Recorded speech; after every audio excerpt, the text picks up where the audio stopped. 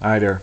I make this video in response to those of Damon Vrabel, where he discusses the banking system and the control it has on our society and how we are all owned. And I'm not really completely on board with him, so I'm interested in his response to what I have to say right here.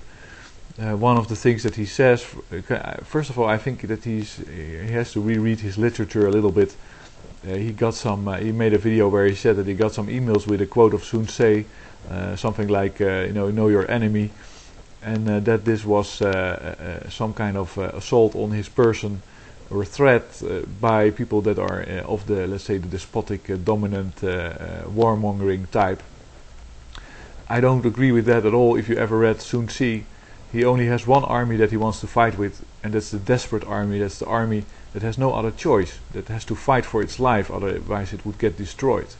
And the rest of his philosophy is about avoiding any confrontation, going into any battle which is unnecessary, because you basically, and that's what his philosophy in terms of knowledge and information is, you have to know as much as possible so you can avoid any battle. Of course, any battle risks the lives of one of your men, and you don't want to do that. So I think that's a little bit weak if you haven't read Sun Tzu or you don't understand it. But there's other points about his things that he says that I think are not really helpful. So I can simply criticize it as my right. One of them is, of course, he goes on about this controlling system, and that you're really in the throes of a controlling banking system that will always extract everything because all the money in circulation is dead, etc., etc. That might be true, but it's not really completely a problem. If you have a law in the U.S. that says that dollars are legal tender, you of course have to first understand what dollars are. They're not, I think, chips in a casino that you always have to return to the bank. They're not, because the bank is not going to give you anything in return but other dollars. So that the whole idea is not really useful. Also, they're not chips in the sense that you cannot, they don't have any intrinsic value. But moreover, what does give dollars value? It's not any bank. It is the fact that when you use it in the economy, you can rely on getting something in the future. If you hold a number of dollars, I would introduce a law that prohibits people from keeping a lot of dollars, because it's paper money. It only has value when it's used in the economy, because you get it and you trust that you can use it to get something else a little bit later.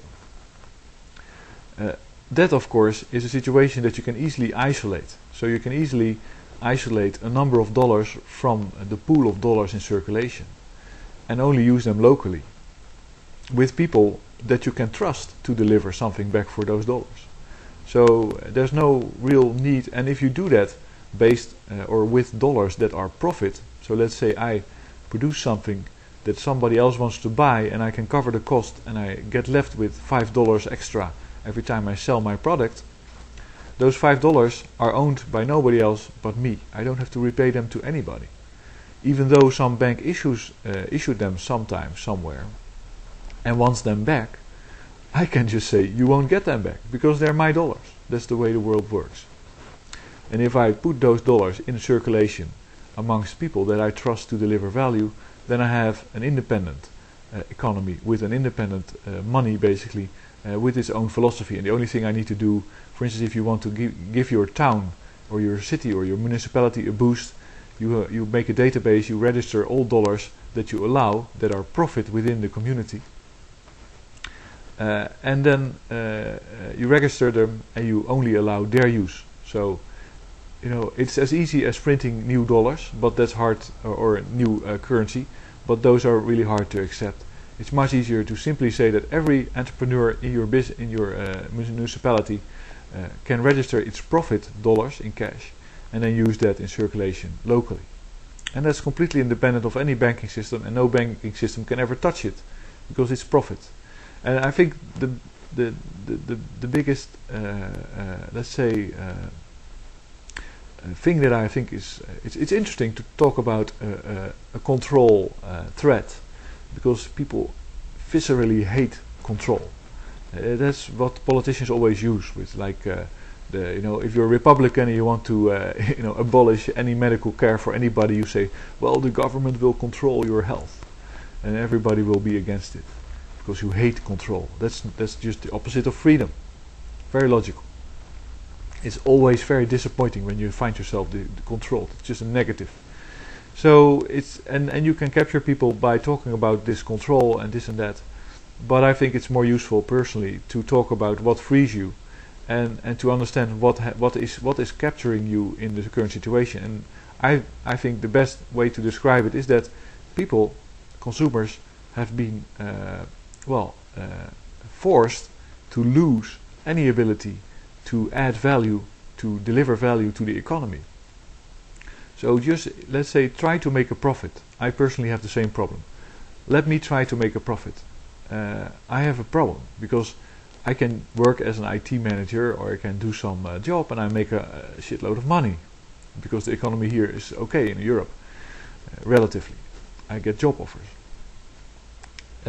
But any other way, it's very slow.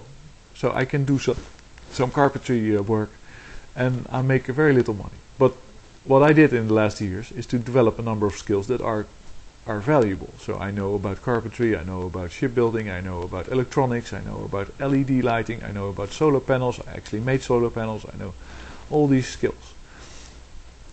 And that makes me no longer a consumer, but I don't know what you call that, but a skilled laborer. And I guess you only need two things to have real wealth in life, and that is energy and skilled labor. Because if you have energy to drive your machine, and you have skilled labor to control it, then you can do everything from mining to manufacturing Walkmans or whatever. So that's the real problem. That's what you should really think about, is that the market has forced people to become completely unskilled laborers. They have completely removed the general public's ability to deliver anything. To the point that they're actually overweight and they're not even capable of having celebrity status, unless you're shit tarts or fart tarts or some other kind of fat radio pundit with a booming voice. Of course, yeah. Then you can, one of the many thousands of people that have something to offer out of nothing, celebrities. But otherwise, you're just a Walmart visitor. And the problem with that is that once Walmart shut down, it doesn't need its visitors anymore. Once the big SUV dealer shuts down and goes bankrupt, it doesn't need any moron that wants to go into debt for about $400,000 or something like that to buy these SUVs. And you're left on your own devices, and surprise, the market has tried to make it so that you don't have any devices, and you're actually very arrogant and think that it's stupid to make something and do something with your hands.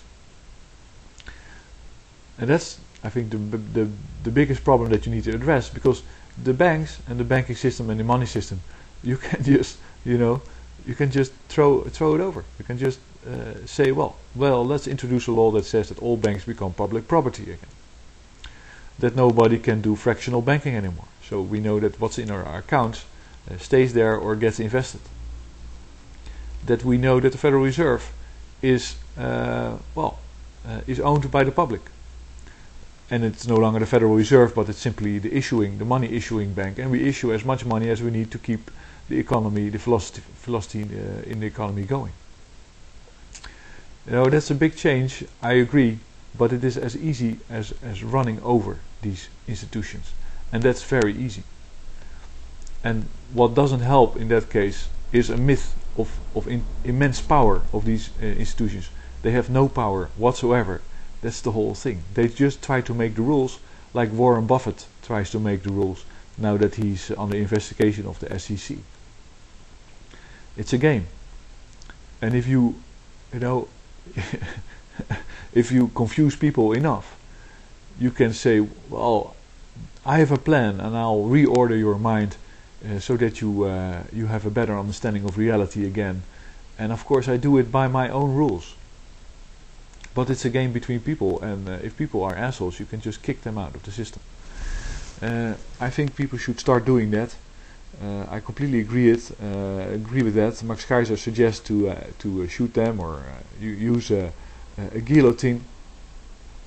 I'm slowly starting to wonder whether it's possible to avoid that happening, whether you can avoid a real lynching on Wall Street once people start understanding, how non-existent